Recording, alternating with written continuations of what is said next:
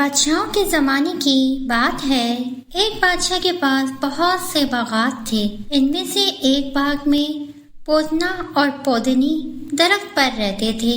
کیا آپ کو پتا ہے پودنا کیا ہوتا ہے؟ پودنا ایک چھوٹا سا خوبصورت پرندہ ہوتا ہے جس کے سر پر پروں کا تاج ہوتا ہے۔ بادشاہ کے باغات دور دور تک پھیلے تھے۔ ایک دور دراز کے باغ میں پودنی سریلی آواز میں درخت پر بیٹھی گانا گاتی رہتی تھی، جو کہ باغ کے اور دوسرے پرندوں کو بھی بہت اچھا لگتا تھا اور سبھی بہت شوق سے گانا سنتے تھے۔ ایک دن بادشاہ اپنے باغات کی سیر کر رہا تھا کہ اس نے پودنی کی سریلی آواز سنی اور آواز سن کے وہ بہت زیادہ خوش ہوا اور متاثر ہوا۔ بادشاہ نے سپاہیوں سے کہا کہ دیکھو یہاں کون گانا گا رہا ہے۔ جب سپاہیوں نے پتہ لگایا کہ ایک خوبصورت پودنی گانا گا رہی ہے، بادشاہ نے پودنی کو دیکھا۔ بادشاہ کو وہ پودنی بہت ہی خوبصورت لگی۔ بادشاہ نے فیصلہ کیا کہ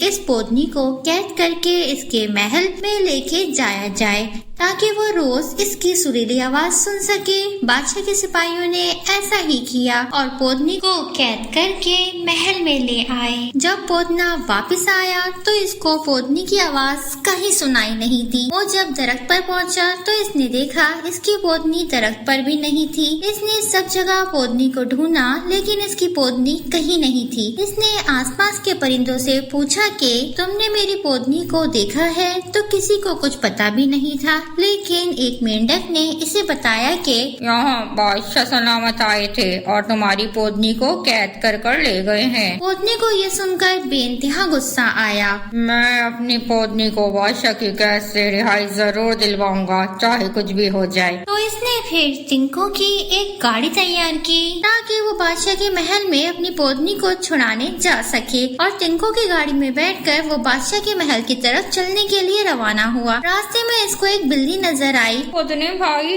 کہاں جا رہی ہو؟ بادشاہ میری پودنی کو قید کر کر لے گئے ہیں، میں اسے چھڑوانے کے لیے جا رہا ہوں۔ چلو میں بھی تمہارے ساتھ چلتی ہوں، کیا پتا میں بھی تمہاری کچھ مدد کر سکوں۔ چلو۔ پودنے بھائی میں کہاں بیٹھوں؟ گاڑی تو بہت چھوٹی ہے۔ گھس گھس میرے کان میں گھس۔ بلی اس کے کان میں گھس گئی۔ وہ تھوڑا آگے گیا تو اس کو چوٹیاں جاتی نظر آئی۔ چوٹیوں نے پوچھا کہ پودنے بھائی اتنے غصے میں کہاں جا رہی ہو؟ اپنی پودنی کو چھڑانے جا رہا ہوں۔ چوٹیوں نے بھی اس کے ساتھ چلنے کی ضد کری اور کہا کہ کیا پتا ہم بھی تمہاری کچھ کام آ جائے۔ پودنا ان کو بھی اپنے ساتھ لے جانے کے لیے راضی ہو گیا۔ ہم کہاں بیٹھے؟ گھس گھس میرے کان میں گھس۔ ساری چوٹیاں اس کے کان میں گھس گئی۔ تھوڑا ہی آگے گیا تھا کہ اس کو ایک شیر نظر آیا۔ پودنے بھائی اتنے غصے میں کہاں جا رہے ہو؟ بادشاہ میری پودنی کو قید کر کے لے گیا ہے، میں اس کو چھڑوانے کے لیے جا رہا ہوں۔ چلو میں بھی تمہارے ساتھ چلتا ہوں، کیا پتا میں تمہاری کچھ مدد کر سکوں۔ پودنے نے شیر کو بھی اپنے کان میں گھسنے کے لیے کہا اور شیر بھی اس کے کان میں گھس کے بیٹھ گیا۔ آگے گیا تو وہاں اس کو سمندر نظر آیا۔ سمندر نے پوچھا کہ پودنے بھائی کہاں جا رہی ہو؟ پودنے نے اس کو بھی یہی کہا تو اس نے بھی ساتھ چلنے کی فرمائش کی اور پودنے نے سارے سمندر کو بھی اپنے کان میں گھسنے کو کہا۔ اب پودنا بادشاہ کے محل کے دروازے پر پہنچ گیا اور بادشاہ سے ملنے کی درخواست کی۔ جیسے ہی بادشاہ کے سپاہی پودنے کو اندر لے کر گئے تو اس نے بادشاہ سے کہا کہ بادشاہ سلامت میری پودنی کو قید کر لائے ہیں، اب اس کو میرے حوالے کر دیں۔ بادشاہ کو پودنے کی بات سن کر بہت ہنسی آئی اور کہا کہ اگر میں اس کو رہا نہ کروں تو پھر تم کیا کرو گے؟ پھر میں آپ سے مقابلہ کروں گا اور اپنی پودنی کو پھر بھی یہاں سے لے کر ہی جاؤں گا۔ بادشاہ کو اس کی بات پر مزید ہنسی آئی۔ وہ اور ہنسنے لگے اور اس نے کہا کہ یہ اتنا سا پودنا میرا کیا مقابلہ کرے گا؟ اس نے اپنے سپاہیوں سے کہا کہ جاؤ اس کو مرغی کے دربے میں چھوڑ کر آؤ، مرغیاں اس کو چونچ ماریں گی تو یہ خود ہی مر جائے گا۔ سپاہیوں نے ایسا ہی کیا اور جب سب سپاہی چلے گئے تو پودنے نے بلی سے کہا چلو رے بلی اب تمہاری باری آئی۔ بلی باہر آئی اور اس نے ساری مرغیوں کو جھٹ سے مار دیا۔ صبح جب سپاہی پودنے کی لاش لینے آئے تو انہوں نے دیکھا کہ پودنا تو زندہ ہے اور ساری مرغیاں مری ہوئی ہیں۔ انہوں نے بادشاہ سلامت کو جا کے بتایا تو بادشاہ سلامت بھی حیران ہوئے کہ ایسا کیسے ہو سکتا ہے۔ انہوں نے کہا خیر کوئی بات نہیں، تم پودنے کو بکریوں کے پاس چھوڑو، بکریاں اس کے اوپر چڑھ کے اس کو مار دیں گی۔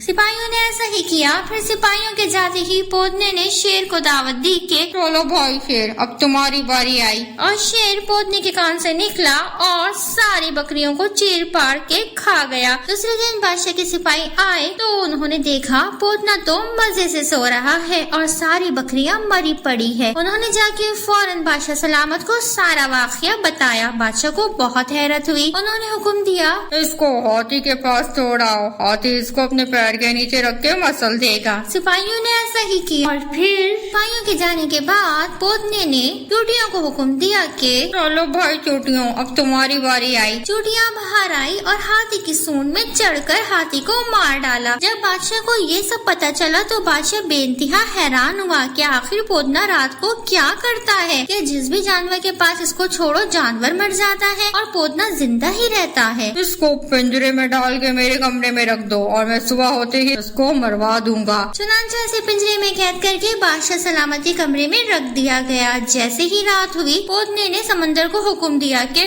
چلو بھائی سمندر، اب تمہاری باری آئی۔ سارا سمندر بادشاہ کے کمرے میں جمع ہو گیا اور پورے محل میں پھیل گیا اور ہر جگہ پانی ہی پانی ہو گیا۔ بادشاہ نے جب یہ منظر دیکھا تو وہ گھبرا گیا کہ محل میں اتنا پانی کہاں سے آ گیا۔ بادشاہ، اگر تم میری پودنی کو رہا نہیں کرو گے تو یہ سارا پانی پورے محل کو لے ڈوبے گا۔ پودنی، میں تمہاری پودنی کو واپس کرتا ہوں، تم یہ سارا پانی ہٹاؤ محل سے۔ پہلے آپ مجھ سے وعدہ کرے، پھر ہی میں سارا پانی ہٹاؤں گا۔ بادشاہ نے اس سے وعدہ کیا تو پودنے نے پانی کا حکم دیا کہ سارا پانی واپس میرے کان میں گھس جاؤ۔ اس طرح سارا پانی واپس پودنے کے کان میں گھس گیا اور بادشاہ کو اس پانی سے چھٹکارا ملا۔ بادشاہ نے بہت عزت اور احترام کے ساتھ پودنے کو اس کی پودنی واپس کر دی۔ پودنا اپنی پودنی کو واپس باغ میں لے آیا اور راستے میں جس جانور کو جہاں سے اٹھایا تھا سب کو واپس ان کی جگہ پر چھوڑ آیا اور خود درخت پر اپنے گھونسلے میں اپنی پودنی کے ساتھ ہنسی خوشی زندگی گزارنے لگا۔